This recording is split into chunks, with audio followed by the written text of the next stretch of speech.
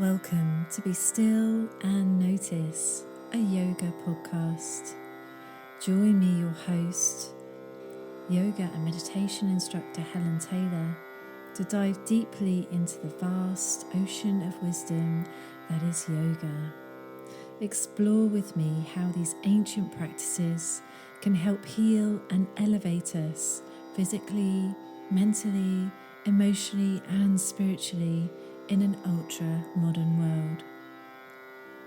Together, we'll deepen our practice, explore our connection to divinity and our own inner landscapes with the help of special guests, guided meditations, how-tos, and oh, so much more. Yoga has the incredible power to change your life on every level, and it all begins with stillness. Now let's begin.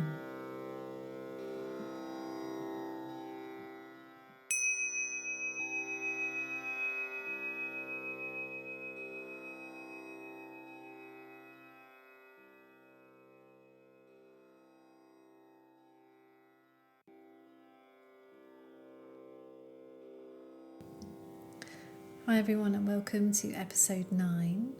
In this episode on meditation, we're talking about how meditation really is a doorway to understanding yourself better.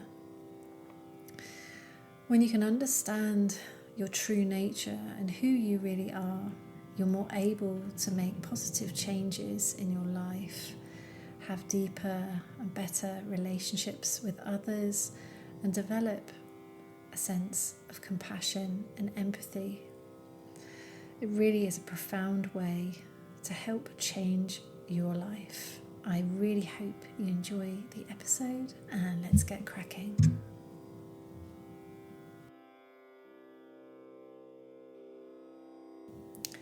Hi everyone, and welcome to episode 9 of Be Still and Notice, a yoga podcast. And we have another meditation episode for you today. This one is all about how meditation is a doorway to your inner self. There's so much to talk about here, and it's really can seem quite complicated in the beginning, but when you break it down, you realize just how simple meditation is and how it really works. So in our last meditation episode, we looked at some of the barriers that people have on their path and things that can stop them, really practical solutions that can really help you get into meditation. And today I really want to talk about why it's such an amazing tool for self-understanding.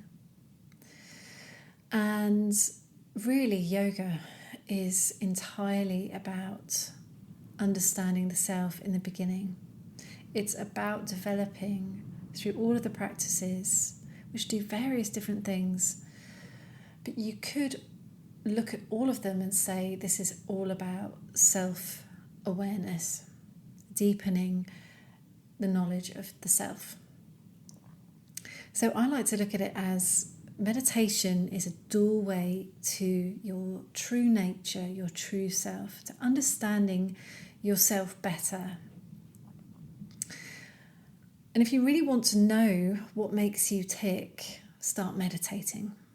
If you really want to get to know yourself better, sit and be still and meditate. It really is quite as simple as that. And as we mentioned in the previous episode, it's not easy. It's not easy. We all have our own narratives, our own inner dialogues, complex inner worlds, past histories, and it can be confronting to sit with yourself. But trust me, once you get there, it's nowhere near as scary as you think. And I think that anything that deepens your self-knowledge and helps you become more self-aware, helps you really understand yourself better, is really one of the most valuable things you could do in your lifetime, because it impacts everyone else around you. And we'll talk about that a little bit later on. So if you're brave and you have the courage to bear yourself, this is something one of my teachers, Carolyn Cowan, she's very keen on saying, can you stand to be with yourself? Can you bear yourself?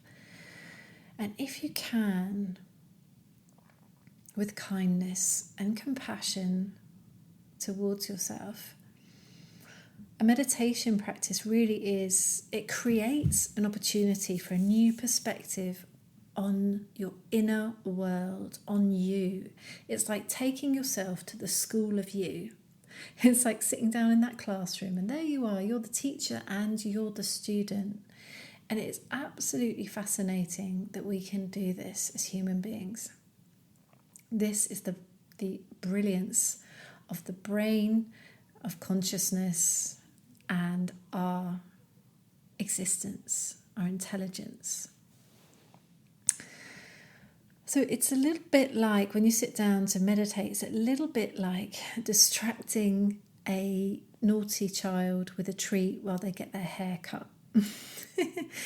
If you imagine your mind with all its thoughts and all its distractions and also your emotions, your emotional landscapes, if you imagine your mind, it's like a naughty child that just will not sit still. It's just, fidgety and grumpy and wants this and wants that. If you sit down and meditate and offer that naughty child a game, a treat, something to play with, something to distract it, i.e. meditation practice, so that could be a mantra, focusing on the breath, suddenly other things are available. And we're going to come back to this concept of the seer or the Atman that I mentioned in the previous episode. So if you haven't listened to that episode, it could be quite helpful as a little foundational thinking for this episode. So what it allows is it allows you to experience, the naughty child, the monkey mind, the really busy, distracted mind that can be full of so much. Once that mind is distracted, what's there? Again, in that previous episode, I talked about Atma Vichara. Who knows these thoughts? Who knows these thoughts? And in yoga, they call that Atman, Brahman, sometimes the seer, sometimes the witness, sometimes the knower. So in this episode, we're going to call this the seer. So when the mad monkey mind is distracted by process, by meditation process, whether that's reciting a mantra, focusing on the breath, focusing on an object, whatever that might be, the seer can be seen. Now, the magical thing about the seer is that it's not governed by the emotions or your thoughts. The seer is ever present in every single one of us. It's the part of your consciousness that is aware of your thoughts, that is aware of your emotions. It's the part of your consciousness that is always calm, present, ever wise, ever knowing, ever kind, ever peaceful, and ever loving. Always love is there. When you create space for the seer to be there, when you tune in, because it really is a tuning in, not a tuning out. Ram Dass really famously said that. I think it's a perfect way to describe it. When you meditate, you're distracting the mind. You're saying, no, you shut up for a bit. I need to talk to this part of myself. I need to commune with this seeing part of myself. And once you've made contact with this part of yourself, you begin to understand the separateness of your mind and your consciousness. So the mind that is like, oh, I need to do the shopping tomorrow, I need to do this, I need to do that, I'm feeling fat, I don't feel great, I'm excited. It's the emotions as well.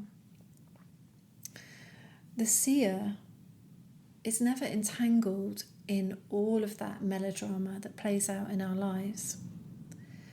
So when you can be in contact with the seer, you can naturally become calmer and more peaceful, and you can begin to hold a mirror up to your thoughts, your narratives, and your emotions. Suddenly, you're not identifying yourself with these thoughts and emotions. So, for example, if you're someone who struggles with body image, that can be a really, really difficult one. Your internal narrative might be, I don't like how I look, I feel ugly, I am ugly, I don't like my body. Very, very negative. In meditation, you can realize that that is just a part of you, a part of your mind from experiences probably conditioned, could be for all sorts of different reasons.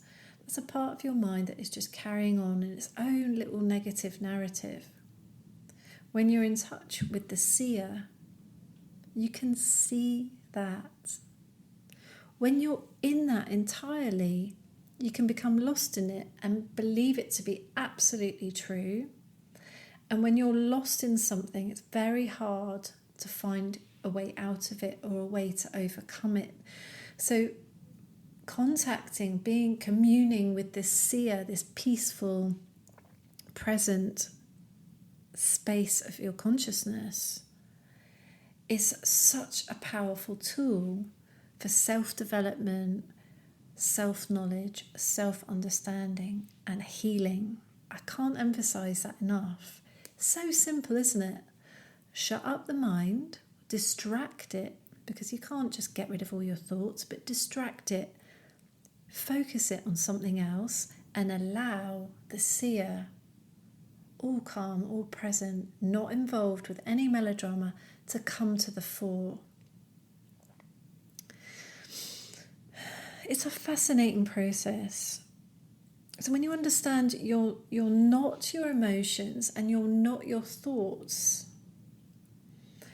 you can imagine maybe that your emotions are like the waves on an ocean, but the seer is like the deep sea beneath those waves. It's part of the same being, but in the depth of the sea, it's still and dark and quiet and peaceful.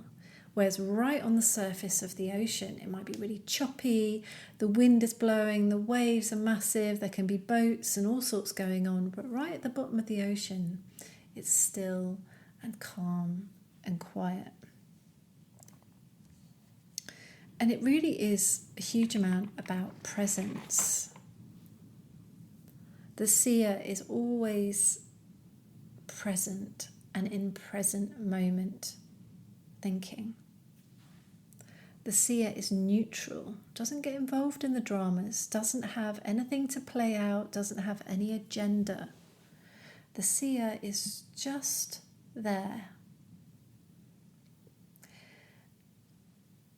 And the more objective you become, the more you can commune with the seer and see this as the true self of you, because that's essentially what it is.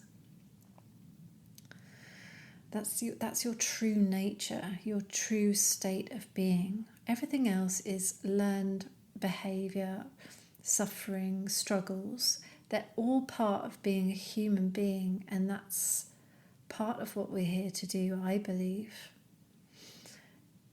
is to learn and overcome these strifes, these struggles, these melodramas, to learn more about ourselves and why these things play out, why things affect us the way they do, why we become upset about and triggered about certain things.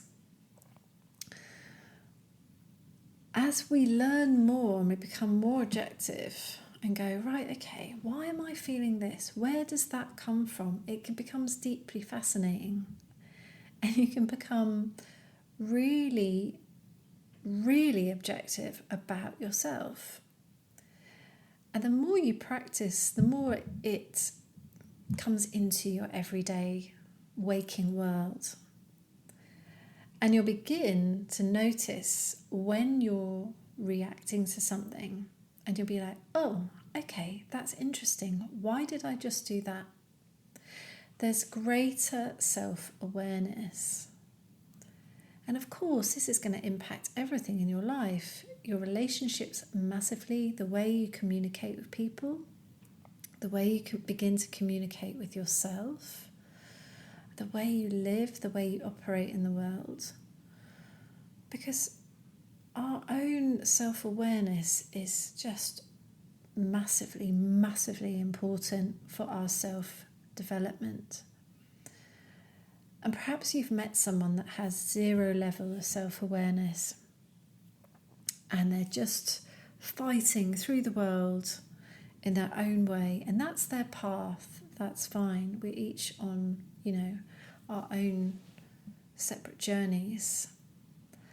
So no judgment there. But perhaps you have met someone like that, and it's a car crash.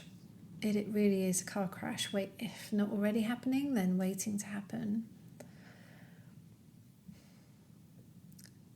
There's something about the ability to be able to pause and self-reflect that is just so powerful.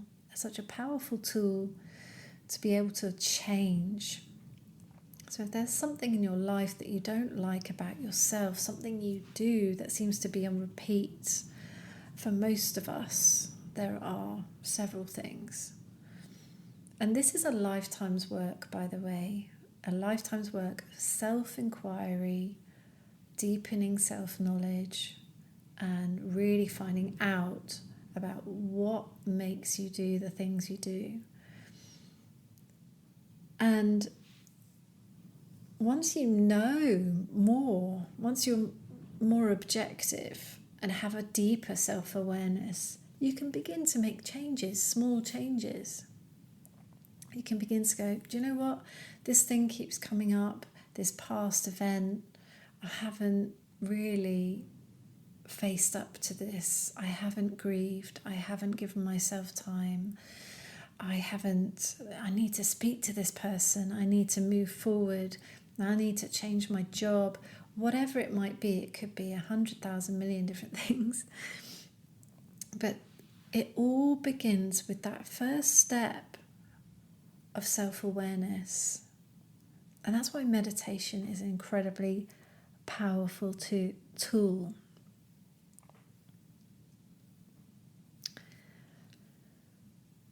When we create greater self-understanding, this is where it leads to higher levels of understanding, empathizing with other people. We become not so navel-gazing and more outward thinking, compassionate.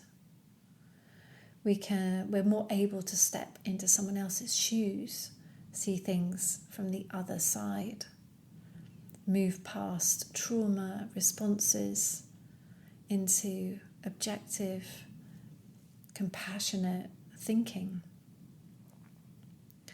And let's face it, the world needs more compassion right now.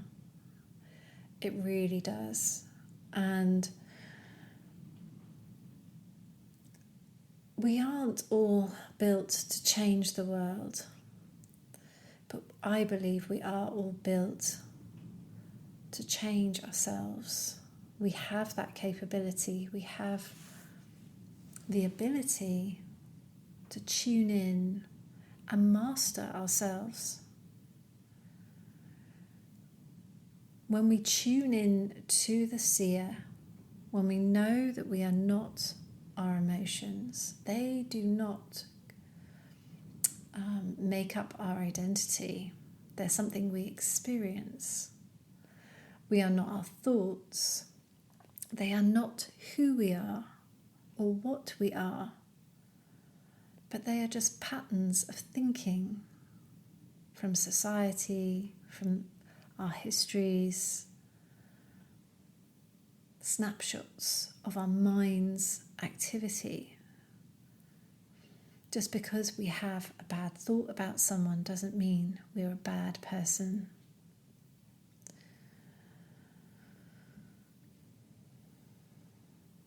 So higher levels of self-awareness give us greater levels of emotional intelligence. Can really help us to deepen our relationships and begin the path to healing. Because if you're constantly acting out on your triggers, your trauma responses, things that really affect you, if you're constantly reacting to other people instead of responding, you're not addressing the issue. It's like going round and round in circles. Same thing on repeat. And so many of us, me included, do this, have done this. You come out of one relationship, you go into another one, and you do the same thing happens. Why does that happen? Because you haven't addressed the issue. You haven't been able to see what the real problem is, how you affect that relationship, that other person, how your behavior is cause and effect. So my friends, it's a huge topic, and it's simple. Greater self-awareness leads to greater expansion of consciousness. It leads to healing. It leads to greater emotional intelligence. It leads to greater compassion and empathy in others, because the more you understand yourself, the more you can understand other people and where they're coming from. It leads to a more peaceful state of being. And come on, we're not robots, we're human beings, and we're born to be fallible, we're messy, we make mistakes, we're emotional, we are animalistic, we're all these things. But yoga has given us the tools. Not just yoga, lots of ancient disciplines throughout the world. Every religion uses a form of meditation as a way in, as a way into that more peaceful state of being. Perhaps you call it communing with God, the divine. There are many different ways of looking at it. But from a yogic perspective, when you commune with the seer, when you realize you're not your thoughts, you're not your emotions, and you can be in the depth and stillness of a dark sea and look up and see the waves above that aren't affecting you, that's when real change can happen. That's when healing can begin. That's when you can begin to move forward, become the next iteration of you, as we all are constantly changing, constantly moving forwards, moving backwards. And on another note, something I have really learned in the past year is that healing is not linear.